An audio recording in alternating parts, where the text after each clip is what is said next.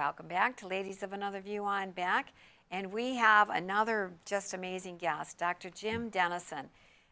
Let me welcome him to the show, then I'll tell you who he is. Yeah, thank you so much. So glad to be on with you today. Thanks for the privilege.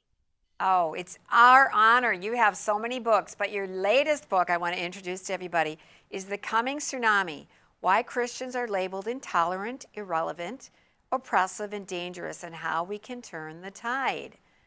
So just think The Coming Tsunami. It sure sounds like one.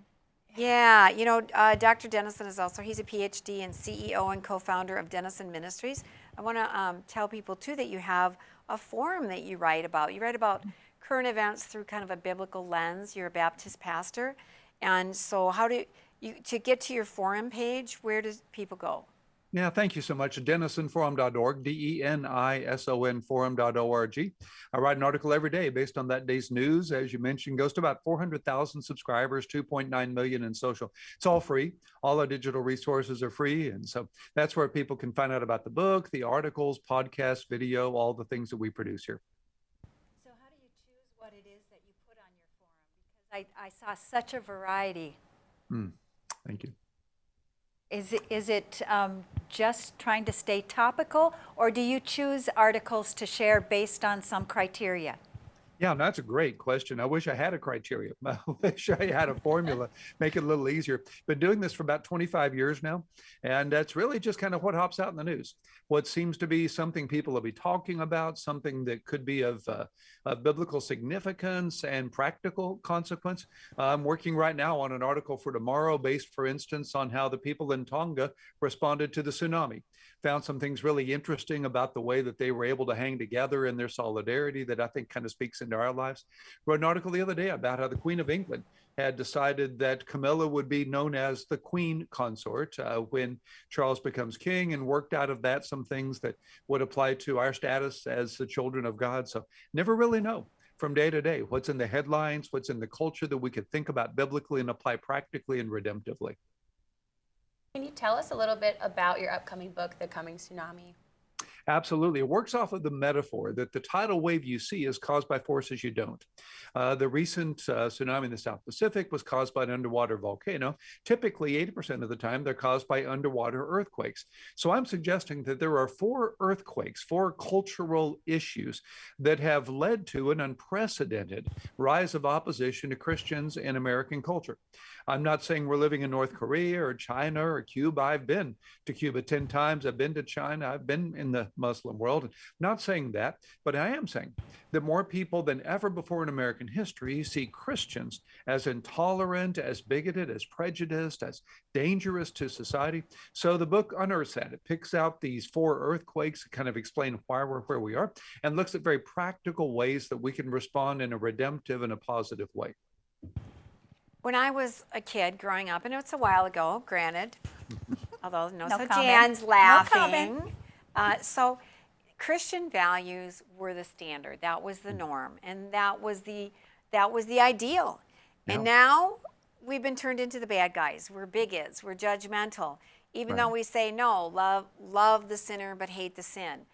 What happened? How do we turn this upside down? Yeah, I'm old enough to remember blue laws. Remember those? I don't know why they Yeah. were red, not red or green, but you know, couldn't shop on a Sunday. No one would have a soccer practice on a Sunday.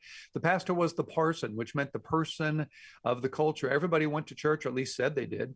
Well, there's been a denial of truth, first of all, that goes back really a couple hundred years, but in America, really back after World War II, says you have your truth, I have my truth. You have no right to force your beliefs on me.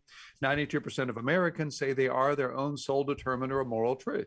So if you say the Bible is objectively true in today's culture, you're intolerant.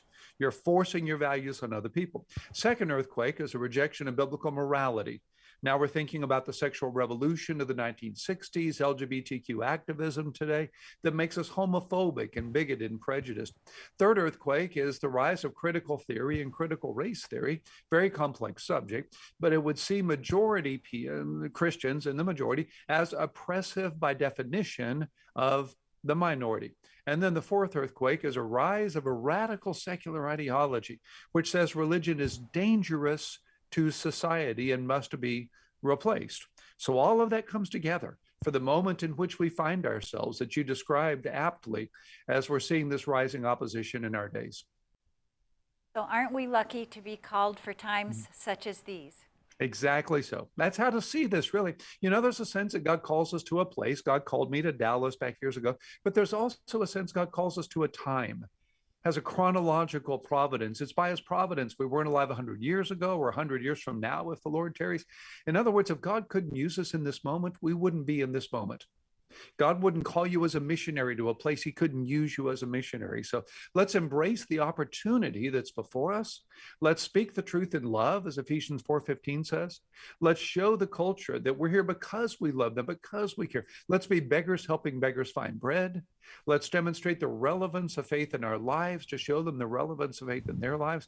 And let's be part of the solution rather than part of the problem. Some of my observation is when Madeline Murray O'Hara sued and got prayer taken out of school. It used to be that every day, now it seems hard to believe that every day school kids started their day with a prayer. So you were in touch with God to start with, and then you got on with your day. Well, now that's been removed, and you don't exist in a vacuum where something is taken out, something else moves in. And then you started with don't judge, I have my truth, you have your truth.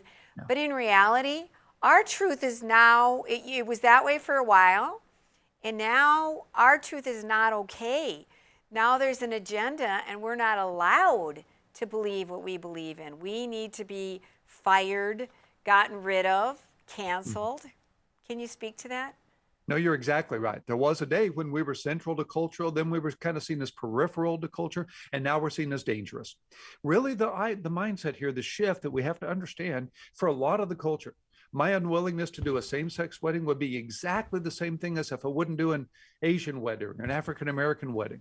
I'm seen to be as bigoted and prejudiced as if I were a member of the KKK burning crosses in front yards. That's where the shift has come. There's a place now in the culture that believes that biblical morality, orthodox traditional morality, is discriminatory against LGBTQ persons in particular and the culture in general. Our beliefs about life are seen as a war on women. Our beliefs about euthanasia are seen as a war on the infirm. Our beliefs about morality are seen as a war on LGBTQ individuals. And so, we're no longer allowed just to be one option among many. Our option is seen as dangerous to the culture. We're really back in the first century. But the good news is by Acts 17:6, they had turned the world upside down. God can still use us in this culture. Light always defeats dark. Absolutely. So what advice could you give to our viewers and to just people out there to continue to protect our belief and our faith? And how do they stand up for the faith? Yeah, great practical question. Starts with me. I need to be salt and light myself. I have to start every day, Ephesians 5:18, by being filled with the Spirit, controlled by the Spirit. I have to get in front of God every single day and submit my day, my life, my ministry, my work to him. Ask him to be my king, not my hobby. We separate Sunday from Monday and spiritual from secular religion from the real world. Make God your king every single day. Ask him to give you the courage you need, the compassion you need. Ask him to help you speak the truth in love, as Ephesians 4:15 says. Starts with me. And then second, I want to encourage fellow believers. Let's do this together. The church is the body of Christ, a body with many members, a vine with many branches. There are no solos in the book of Revelation. Let's do this together, and then let's see where we are as our missionary opportunity. Let's speak the truth in love there. Let's live with excellence. Let's be salt and light, and know that God will use us wherever he places us. It's always too soon to give up on God.